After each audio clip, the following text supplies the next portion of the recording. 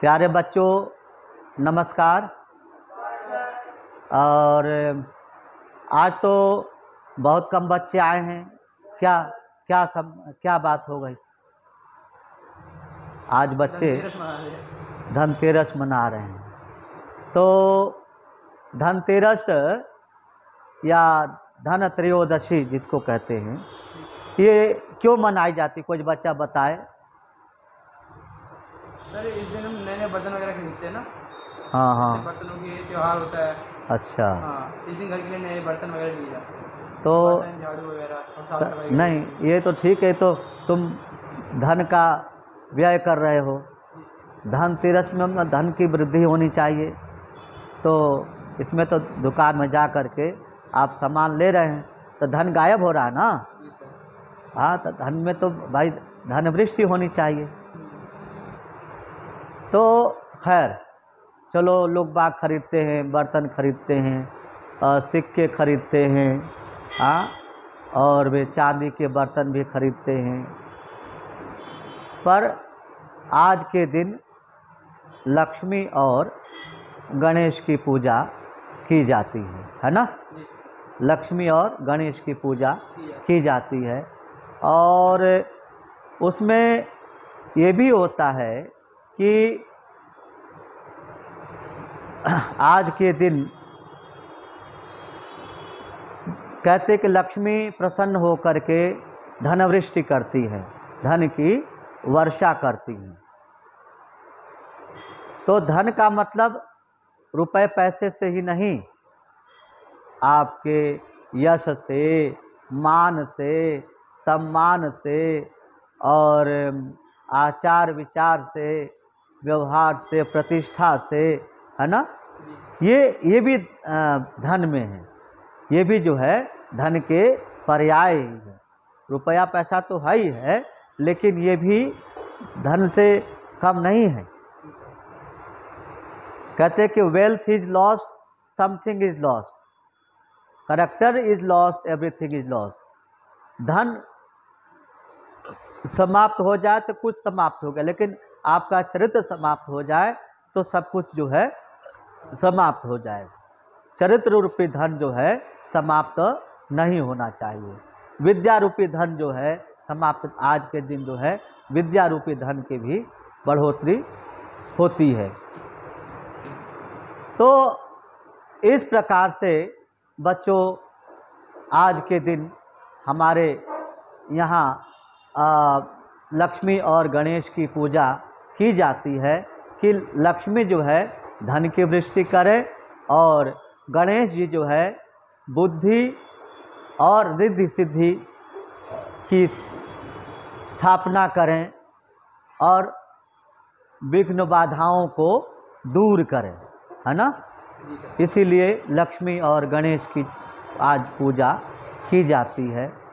और दीपावली के अवसर पर आप सभी विद्यार्थियों को मैं बहुत बहुत बधाई देता हूँ, शुभकामनाएं प्रकट करता हूँ कि आपके जीवन में यश और ऐश्वर्य और मान सम्मान की वृद्धि हो और आप अच्छाई के संदर्भ में कार्य करते रहें।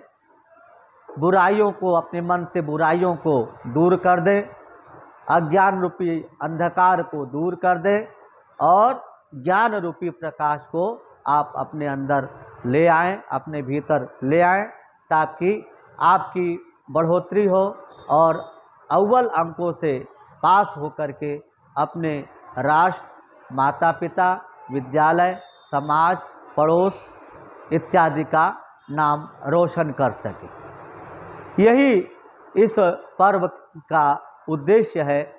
और उसके बाद छोटी दिवाली जो होती है वो यम की पूजा के लिए होती है, यम को प्रसन्न करने के लिए। इसीलिए बाहर लोग बाग जो है दीपक निकालते हैं, है ना, दीपक निकालते हैं ताकि यम को प्रसन्न करने के लिए पुराने दीपक निकाल देते हैं। और अगले दिन जो दीपावली होती है, उस दीपावली में का मुख्य उद्देश्य है और अंतः कथा है, उस अंतः कथा का मूल उद्देश्य है कि भगवान राम 14 वर्ष का वनवास काट करके लंका विजय प्राप्त करके और आए थे। हैं, कहाँ आए? अयोध्या आए। हाँ, अयोध्या आए और राम के आने की प्रसन्नता में, अयोध्या सकुशल आने की प्रसन्नता में, राम के अयोध्या आने की प्रसन्नता में, वापस आने की प्रसन्नता में अयोध्या वासियों ने अयोध्या को सजाया, बंधनवारों से, ध्वज पताकों से और घी के दिए जलाए। तो दीपों की पंक्ति को हम दीपावली कहते हैं। अवली का मतलब होता है पंक्ति, अवली का मतलब होता है पंक्ति। तो दीपों की पंक्ति, दीप मालाओं की पंक्ति को दीपावली कहा जाता है। तो इस प्रकार से भगवान राम के आने के स्वागत में, आगमन के स्वागत में हर्षोल्लास का अर्थ जो अतिरेक है वो उमड़ पड़ा और अयोध्या वासियों ने दीप जला करके अभिव्यक्त किया और राम ने बुराई पर अच्छाई की विजय और असत्य पर सत्य की विजय, अन्याय पर न्याय की विजय प्राप्त की, अन्याय पर न्याय की विजय प्राप्त की। इसलिए दीपावली का यह पर्व मनाया जाता है। असंपूर्ण भारतवर्ष में ही नहीं, भारत के बाहर भी, विश्व के कोने कोने में यह पर्व मनाया जाता है, ताकि जो हमारे प्रवासी भारतीय लोग हैं वो रामचरितमानस का पाठ करते हैं और दीपों का उत्सव मनाते हैं और दीपों के उत्सव की खुशी में अपनी इस संस्कृति का प्रचार प्रसार करते हैं, भारतीय संस्कृति का प्रचार प्रसार करते हैं, भारतीय रीति रिवाज, परंपरा, त्यौहार को मनाने की परंपरा, इन परंपराओं का निर्वाह जो है भारतीय प्रवासी करते हैं। और कहीं कहीं कवि गोष्ठियाँ, कवि सम्मेलन इत्यादि भी दीपावली के अवसर पर समायोजित की जाती हैं और उनमें दीपावली के महत्व पर गीत, कविताएं ये सब गाई जाती हैं, सुनाई जाती हैं।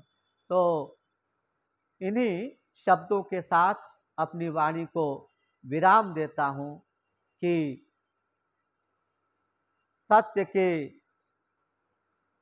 के बल पर दीपावली मनाइए, धर्म के बल पर दीपावली मनाइए, धर्म के बल पर दीपावली मनाइए। बहुत बहुत धन्यवाद बच्चों, साधुवाद।